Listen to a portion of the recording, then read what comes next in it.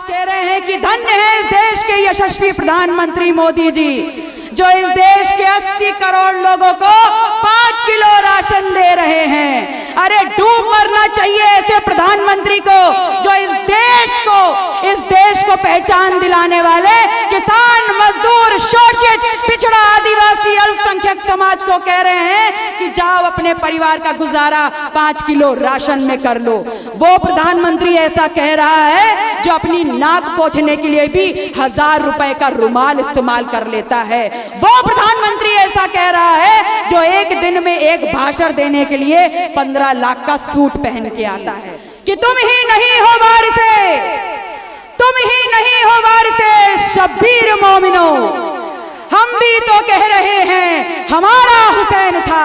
बहुत भारत के आखिरी विश्राम स्थल पडरौना कुशीनगर की सम्मानित जनता को सर्वप्रथम नमो बुद्धाय, अस्सलाम वालेकुम। आज इस कुशीनगर की चुनावी जनसभा में मंचासीन AIMIM के माननीय सदर बैरिस्टर असदुद्दीन ओवैसी साहब, इस लोकसभा के प्रत्याशी और राष्ट्रीय शोषित समाज पार्टी के राष्ट्रीय अध्यक्ष, पूर्व मंत्री उत्तर प्रदेश सरकार माननीय स्वामी प्रसाद मौर्य जी, प्रदेश अध्यक्ष AIMIM जनाब शौकत अली साहब, पूर्वांचल अध्यक्ष इसरार अहमद साहब, राष्ट्रीय कार्यकारिणी सदस्य अपना दल अजय पटेल जी, राष्ट्रीय शोषित समाज पार्टी AIMIM अपना दल के सभी सम्मानित पदाधिकारी, सहयोगियों का, समर्थकों का, मंचासीन अपने समस्त सम्मानित पदाधिकारियों का और आप जनता का दिल की गहराइयों से लोकतंत्र के मजबूत स्तंभ, लोग अपने बंधुओं का, पत्रकार बंधुओं का, सुरक्षा में लगे सुरक्षा कर्मियों का, जिनका नाम ले पाए और जिनका नाम नहीं ले पाए, स्वर की गहराइयों से, दिल की गहराइयों से हार्दिक स्वागत, अभिनंदन और वंदन करते हैं। आज इस देश की जो वर्तमान परिस्थितियां हैं, पूरा गेम परसेप्शन का है और ये परसेप्शन ये फैलाया जा रहा है कि इस देश की लोकतांत्रिक व्यवस्था में जब ये लोकतंत्र का त्योहार चल रहा है तो लड़ाई आमने सामने की है, बड़े कट्टर और टाके की है और ये लड़ाई सीधे सीधे NDA बीजेपी के सामने इंडिया अलायंस PDA की है। मैं ये तो नहीं जानती कि इनके बीच में कांटे की टक्कर है या नहीं, लेकिन ये जरूर जानती हूं कि इन दोनों के बीच में 100% आपसी समझौता जरूर है और ये समझौता ऐसा है कि जहां NDA कमजोर पड़ जाए वहां PDA बढ़ जाए और जहां PDA कमजोर पड़ जाए वहां NDA को हवा दे दो। कहने का मतलब ये है कि सत्ता अगर इनके हाथ से निकले तो इनके हाथ में चली जाए और इनके हाथ से निकले तो इनके हाथ में चली जाए। किसी भी सूरत में इस देश की सत्ता इस आम आदमी, पिछड़ा, दलित, आदिवासी, मुसलमान के हाथ में ना आने पाए और यही सोच है PDM की। मुझे बड़ी खुशी है कि आज माननीय स्वामी प्रसाद मौर्य जी के आह्वान पर मुझे ये मौका मिला कि मैं आप सम्मानित जन के बीच में PDM से संबंधित बातें रखते हुए आपको PDM से जोड़ने का काम कर पाऊं। ये पिछड़ा, दलित, अल्पसंख्यक, आदिवासी, मुसलमान समाज, ये वो समाज है इस देश का जब इस देश के खेत खलिहानों में उतर जाता है तो इतना अनाज पैदा कर देता है कि 135 करोड़ लोगों का पेट भर देता है। ये पिछड़ा, दलित, आदिवासी, मुसलमान समाज, ये वो समाज है जब अपने कंधे पे बोझा उठाता है तो इस देश का ढांचा बना देता है। ये पिछड़ा दलित आदिवासी मुसलमान समाज वो समाज है जब दिन भर काम करके अपने खून को पसीने में बदलता है, तब इस देश का खजाना भर के इसको दोबारा सोने की चिड़िया बनाने का काम कर देता है। लेकिन यही पीडीएम समाज इस 75 साल की आजादी वाले देश में जब अपनी हिस्सेदारी, अपना समान शिक्षा, सदन, रोजगार, कमाई, पढ़ाई, लिखाई में मांगता है, तब ये सरकारें कहती हैं कि अभी आप लाइन में हैं, थोड़ा इंतजार कर लो। तो मैं आपसे कहती हूं कि लाइन में तो हम पिछले 75 सालों से हैं और पिछले 75 सालों से अपने संविधान की ताकत को इस्तेमाल करके हर वो शख्स को हमने सरकार बनाने का काम किया है जिस पे हमने विश्वास किया था कि हमारी हिस्सेदारी वो हमको दे देगा। लेकिन अफसोस जो भी आया वो हमको वोट बैंक समझ करके हमारी संवैधानिक ताकत को लूट करके चला गया और हमको दोबारा लाइनों में खड़ा करने का काम कर दिया। मैं आपसे कहती हूं कि ये पीडीए वाले हों या ये एनडीए वाले हों, ये दोनों के दोनों अगर एक सांपनाथ है तो दूसरा नागनाथ है। ये दोनों के दोनों एक ही थाली के चट्टे बट्टे हैं। इन दोनों को पिछड़ा, दलित, आदिवासी, मुसलमान का 100% वोट चाहिए, लेकिन हिस्सेदारी के नाम पर ये हमको ठेंगा दिखाने का काम कर देते हैं। मैं आप लोगों से कहने आई हूं कि ये एनडीए वाले 2014 में बड़ा तड़प रहे थे बिन पाली मछली की तरह अपनी सरकार बनाने के लिए, और तब कहा था कि देश को बहुत आगे तक ले जाएंगे, विकसित कर देंगे, हर घर में दुगनी कमाई होगी और हर साल 2 करोड़ नौजवानों को रोजगार देंगे, 15-15 लाख बोनस में दे देंगे, अच्छी दवाई और अच्छी पढ़ाई दे देंगे। और देख लीजिए, घर घर मोदी, हर हर मोदी के नाम की खुजली हाथों पे ऐसी उभर गई कि जाके एक आदमी ने 5-5 वोट दे करके प्रचंड बहुमत की सरकार बना दी। तो आप लोगों से सवाल पूछती हूँ, आपके घर में 15-15 लाख तो आ गए होंगे, आपके घरों में नौकरियां तो आ गई होंगी। अरे आपके घर में नौकरी आई हो ना आई हो, 15 लाख आए हो ना आए हो, झूठे जुमलों की एक फहरिस्त तो जरूर आई होगी। मैं आप लोगों से कहती हूं कि 2019 में नाक ऐसे ना पकड़ के घुमा के पकड़ी और वही पुरानी आदत इस देश के पिछड़ा, दलित, आदिवासी की खुजली फिर उभर आई और घर घर मोदी, हर हर मोदी करके दोबारा सरकार बना दी। और इस बार फहरिस्त नहीं आई, इस बार जेब से एक एक नोट निकाल करके जेब को सीने का काम कर दिया नोटबंदी के बाद, और हम सबको भिखारियों की लाइन में खड़ा कर दिया। अब आ गया है 2024 और 2024 के आखिरी चुनाव के आखिरी चरण में हम आ गए हैं और फिर ये झूठे वादे लेकर के आ रहे हैं, लेकिन पिछले वादों पे कोई सवाल नहीं, कोई जवाब नहीं।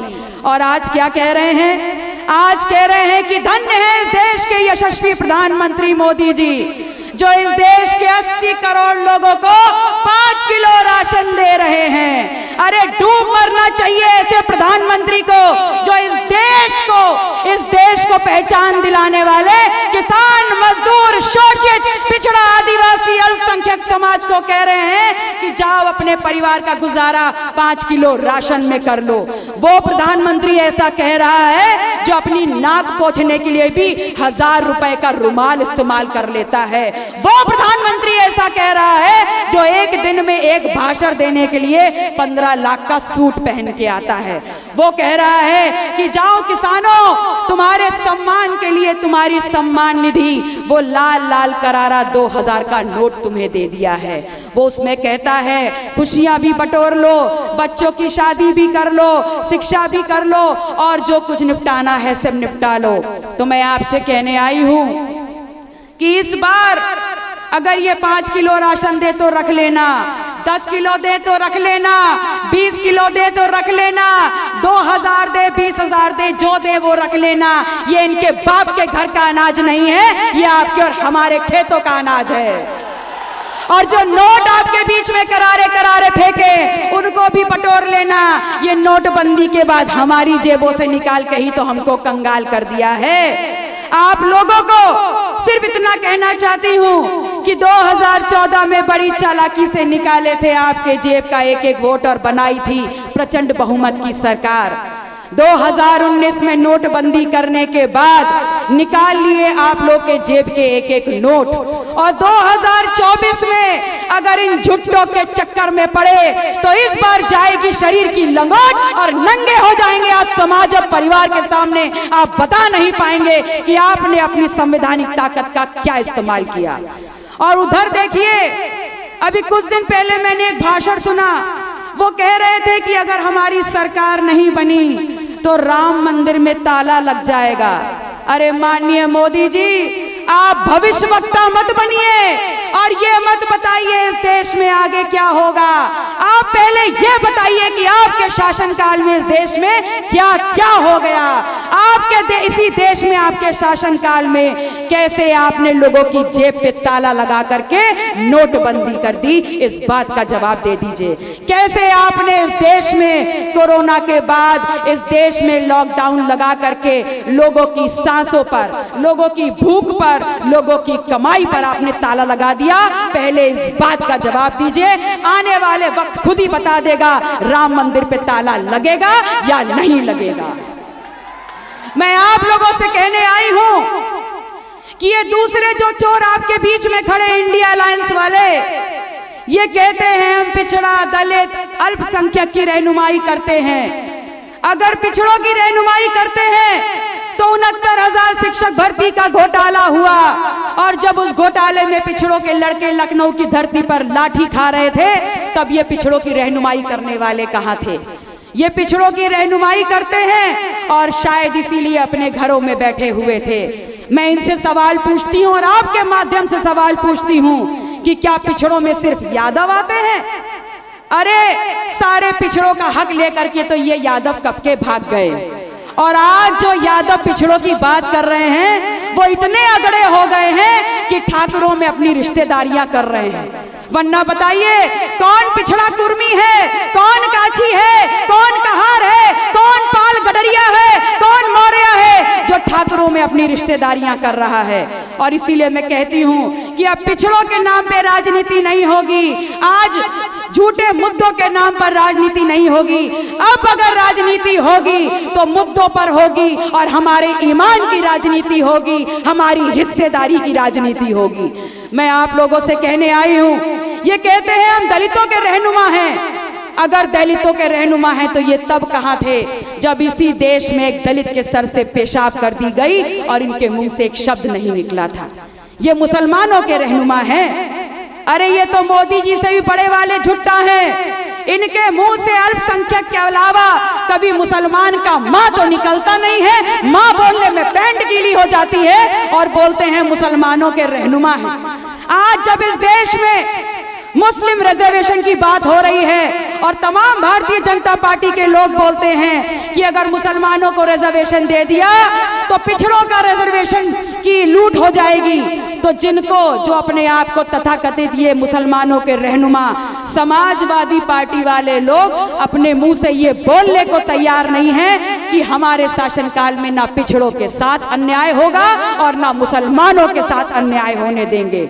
लेकिन हमारी मानसिक स्थिति देखिए, हम पिछड़ों दलितों की, हम मुसलमानों की, कि जो हमारा नाम तक नहीं ले रहा है हम उसके नाम पर अपनी जवानी कुर्बान करने चले हैं। जो हमारा नाम तक नहीं ले रहा है हम उसके नाम पर पिछले 25 सालों से दरियां बिछाने का काम कर रहे हैं। जो हमारा नाम तक नहीं ले रहा है हम उसके नाम पर इस लोकतांत्रिक व्यवस्था में अपनी संवैधानिक ताकत, इस वोट की ताकत को घंटों लाइन में धूप में खड़े होकर के उसको वोट दे करके उसको सरपरस्ती देने का काम करने का सोच रहे हैं। मैं आपसे कह रही हूं कि भूलिएगा नहीं, इस देश में अक़लियत की राजनीति को एक नई जुबान चाहिए और वो नई जुबान ऐसी हो जो इस देश में इस बात को खत्म कर दे, निस्तो नाबूद कर दे कि इस देश की अक़लियत की राजनीति, इस देश में बहुसंख्यक राजनीति से अपने आप को सिर्फ बचाए तक सीमित रखने की है। बिल्कुल गलत। वो नई आवाज इस देश में इस बात को साबित करेगी कि अगर बॉर्डर पे मुसलमान खड़े होकर देश की रक्षा कर रहा है, अगर खेतों में उतर करके मुसलमान देश की आजाद पैदा कर रहा है, अगर अपने हाथों के हुनर से ये देश को दुनिया में ख्याति दिला रहा है, तो इस देश में लड़ाई मुसलमानों की हक और अधिकार और हिस्सेदारी की है और संवैधानिक हिस्सेदारी की है। मैं आपसे कोई लंबे चौड़े वादे करने नहीं आई, लेकिन पीडीएम के संयोजक होने के नाते आज इस भरे मंच से आपकी लोकसभा को कुशीनगर के प्रत्याशी माननीय स्वामी प्रसाद मौर्य जी के चुनाव निशान गन्ना किसान पर आपका सहयोग, समर्थन और आशीर्वाद मांगने आई हूं। और जब आप अपनी संवैधानिक ताकत का इस्तेमाल करने के लिए 1 जून को अपने पोलिंग बूथ पे जाएंगे, तो आपको ईवीएम मशीन पे नंबर 6 पर माननीय स्वामी प्रसाद मौर्य जी के चेहरे के साथ उनका चुनाव निशान मिल जाएगा। उसको इतनी ताकत से दबा दीजिएगा कि जब 4 तारीख को ईवीएम की पेटियां खुले तो ये गन्ना किसान स्वामी प्रसाद मौर्य जी को लेते हुए सीधे उस सदन में जाए जहां पर माननीय असदुद्दीन ओवैसी साहब बैठे हुए हैं, ताकि मिल करके, ताकि अगर विधानसभा में आपकी ये बहन पीडीएम की आवाज बुलंद कर सके, तो उस उच्च सदन में माननीय असदुद्दीन ओवैसी साहब और स्वामी प्रसाद मौर्य जी सरकार की आंखों में आंखें डाल करके सवाल कर सके। आप सभी अकलियत के लोगों का, मेरे भाई बहनों, बुजुर्गों, माताओं बहनों और दूर तक मेरी आवाज को सुनने वाले जो कुशीनगर के कोने कोने से आए हैं, आप सभी ईमान वालों से अंत में एक ईमान की बात कहते हुए रजा लूंगी कि तुम ही नहीं हो वारिसे, तुम ही नहीं हो वारिसे शब्बीर मोमिनो, हम भी तो कह रहे हैं हमारा हुसैन था।